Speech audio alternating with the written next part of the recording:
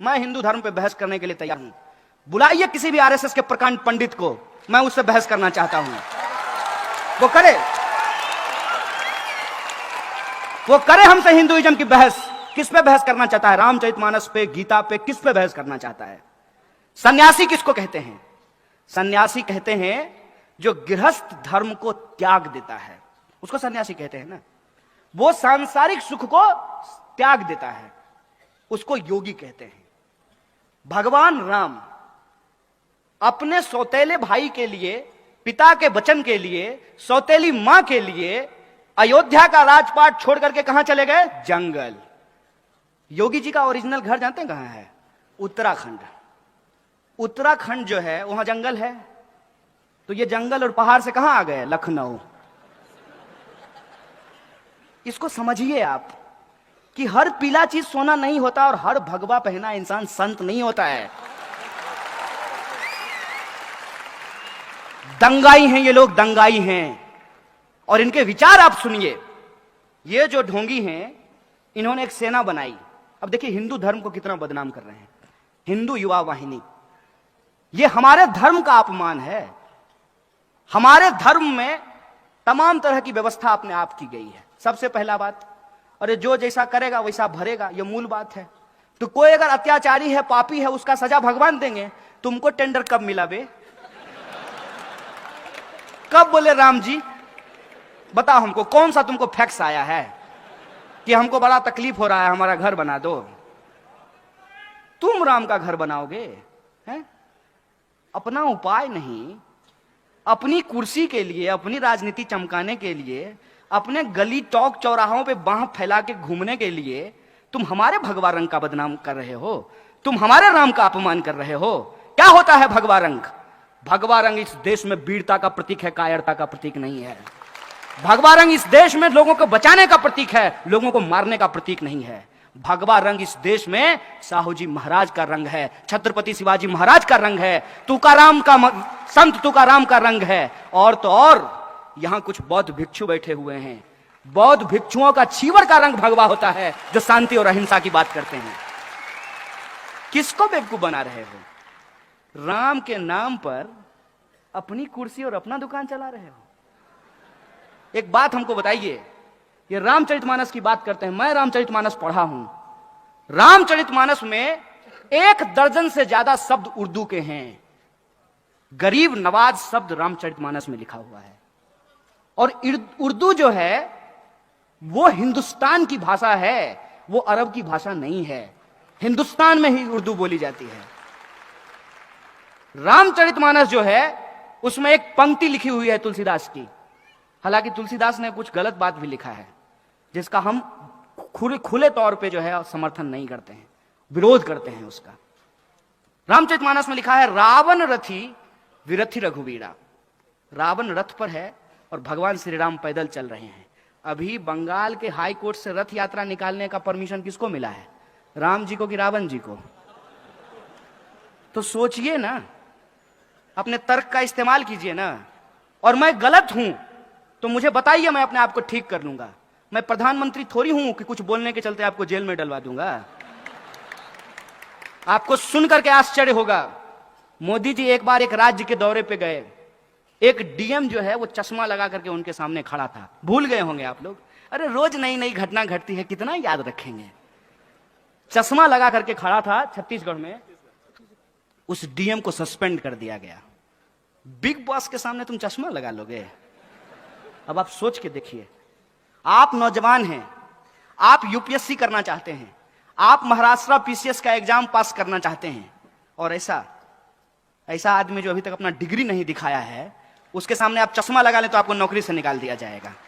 आप ऐसा भारत चाहते हैं क्या? हमने ऐसे भारत की कल्पना की थी क्या? लोगों ने 2014 में मोदी जी को इसी बात के लिए वोट दे दिया था। 2014 में मोदी जी को वोट विकास के लिए दिया गया, अच्छे दिन के लिए दिया गया, करप्शन पर कार्रवाई करने के लिए दिया गया, महंगाई को कम करने के लिए दिया गया, किसानों की आत्महत्या को रोकने के लिए दिया गया। कौन सा एक काम है जो सरकार ने किया हो और हम लोग उसको स्वीकार नहीं कर रहे हो? आप ही हमको बता दीजिए। क्या इस देश में किसानों की आत्महत्या रुक गई? और क्या किया गया किसानों के लिए? कोई स्टेप भी अगर लिया गया होता तो हम मान लिए होते। जो योजना को ये गला फाड़ फाड़ करके बताते हैं उज्ज्वला योजना, उसकी हकीकत क्या है? हकीकत यह है कि जो लोग गैस सिलेंडर लिए हैं उस योजना के तहत दोबारा उसको भरवा नहीं पा रहे हैं, उसका रिफिल नहीं करवा पा रहे हैं। 400 का सिलेंडर 1100 में मिलने लगेगा तो आप कहां से भरवाएंगे? आप हमको बता दीजिए तो। इस देश के कितने परिवार हैं जो 1100 का गैस सिलेंडर भरवा सकते हैं? और सामने से आदमी जिसको आप प्रधानमंत्री कहते हैं, वो सामने से झूठ बोल रहा है और आपको कह रहा है कि पकौड़ा बेचना रोजगार है। आप लिखिए, my views are not political, apolitical. ये सवाल समझ में नहीं आएगा। इनको 1 मिनट के लिए छोड़िए। आप अपने दिल पे हाथ रख करके हमको बताइए कि आपका अच्छा दिन आ गया, तब आप कैसे कहते हैं मोदी जी बढ़िया आदमी है? और जब हम मोदी जी पे सवाल पूछते हैं तो कहते हैं कि मोदी जी का विरोध करने के अलावा आपके पास कोई काम नहीं है। हम बोले हम इतना निकम्मा है कि एक निकम्मा प्रधानमंत्री का विरोध करने का अपने आप को अपना काम समझे हम? ये हमारा काम नहीं है और ना मैं ये काम कर रहा हूं। हम लोगों को एक बात समझनी होगी कि हमारे इर्द गिर्द जो चीजें हो रही हैं वो अपने आप नहीं हो रहा है, उसके पीछे एक कारण है। हर कारण का एक परिणाम होता है, हर परिणाम का एक कारण होता है। उस बात को जब आप समझेंगे तो आप भी मेरी तरह परेशान हो जाएंगे। आपको सोच सोच करके आश्चर्य लगेगा कि इस देश में हो क्या रहा है और क्यों हो रहा है। जब आप इस बात पे विचार करेंगे कि इस देश में संविधान खतरे में कैसे है, तो आपको यह सच चारों तरफ दिखने लगेगा। और मैं साधारण उदाहरण से आपको एक बात बता देता हूं। हाथ आगे करके जिस संविधान की प्रस्तावना को, उद्देशिका को आपने पढ़ा है, उसके शब्द पे आपने कभी गौर फरमाया है? उसके शब्द क्या कहते हैं? उसके शब्द कहते हैं हम भारत के लोग। समाज में क्या होता है? महार है, मातंग है, दलित है, ओबीसी है, धनगर है, मराठा है, ब्राह्मण है, चितपावन है, मैथिल है, बिहारी है, मराठी है। क्या होता है? उद्देशिका क्या कहती है? We the people of India, हम भारत के लोग। फिर भी आपको लगता है कि संविधान खतरे में नहीं है। और संविधान की उसी प्रस्तावना के मूल्य क्या हैं कि आप चाहे हिंदू हो या मुसलमान हो, सिख हो या ईसाई हो, बुद्धिस्ट हो या जैनी हो, या आप किसी धर्म को नहीं मानते हो, लेकिन आपका अधिकार किसी और दूसरे भारतीय के अधिकार के बराबर है। यह आपको आपका संविधान अधिकार देता है। महिला हो कि पुरुष हो, काला है कि गोरा हो, मोटा हो कि पतला हो, हमारा वोट बराबर है।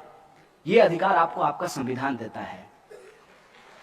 और पिछले सालों में इस देश में क्या हुआ है उस पर गौर फरमाना जरूरी है। जिस उत्तर प्रदेश का हम लोग अभी जिक्र कर रहे हैं, जिस उत्तर प्रदेश के मुख्यमंत्री हैं अजय सिंह बिष्ट, यही है ना? कहते क्या है अपने आप को? तो जो अपना नाम बदल लिया हो उसको शहर का नाम बदलने में मजा आएगा कि नहीं आएगा? बहुत स्वाभाविक बात है। जिसको अपने ही नाम पे भरोसा नहीं है उसको फिरोजाबाद, फैजाबाद, उस पर क्या भरोसा रहेगा?